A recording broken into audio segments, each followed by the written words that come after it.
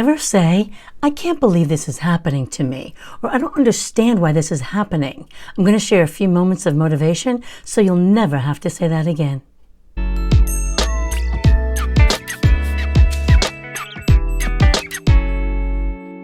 Hi, I'm Serene, sharing my journey until now.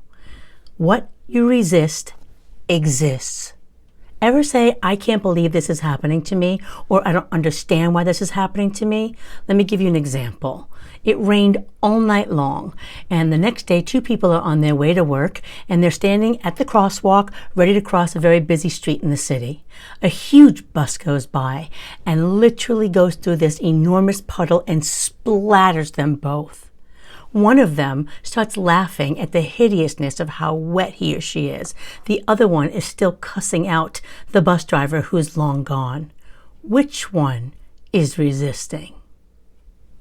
Which one do you think is getting over it quicker, and therefore the situation is not having a negative impact on their lives? They're moving through it. They're focused on the solution as opposed to resisting it, and therefore it still is existing in their lives. Now they get to work, and one of them is already in the restroom using the hand dryer, trying to remove as many of the wet spots as possible, while the other one is so upset, talking about it again, and can't believe this happened to them. They are still resisting it. It still exists and is having a negative impact on you, affecting you hours after the incident when it doesn't have to. By resisting the current reality, you're actually keeping yourself stuck in that place. Here's another example of how we stay stuck. Let's say we want to lose some weight or get in better shape. Ever beat yourself up for overeating or eating late at night and say something like, I can't believe I ate the whole bag of chips? By resisting the fact that we actually overeat, doesn't allow you to move away from that action because you're so focused on the fact that we overeat. As a matter of fact, this causes you to feel shame and actually wonder, what is the point in trying anyway? When we resist, instead of letting it go and moving on, it persists. It exists in your life. So if I continue to be upset with the fact that I overate again, or whatever difficulty I'm dealing with that day, instead of focusing on the difficulty, I'm going to acknowledge the difficulty, and in this case that I overate, and let it go.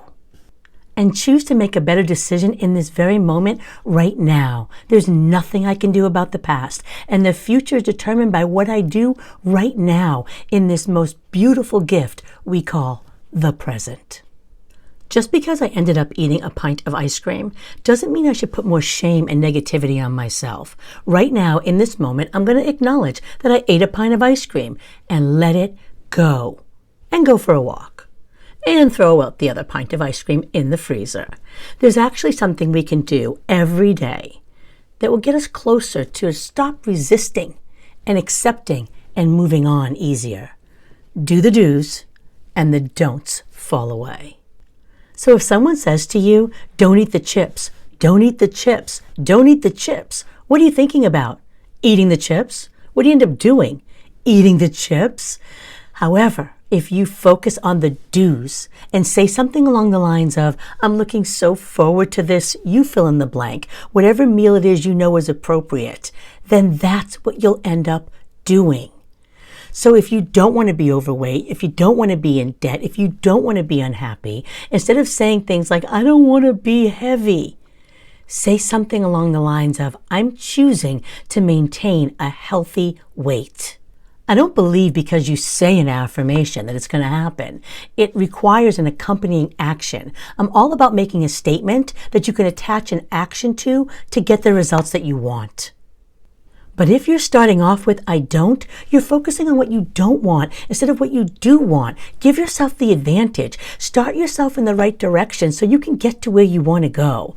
Or in the case of getting soaked by a bus, don't resist the incident. Acknowledge it so you can stay focused on the solution. Because once we stop resisting, the problem will stop existing. I'm interrupting this video just in case you don't agree with that statement, that if we stop resisting, the problem will stop existing. Let me explain. When we stop resisting a problem in our life, we can start focusing on the solution and no longer have to see the difficulty as a problem or a roadblock, but as a situation that causes us to pivot and make changes.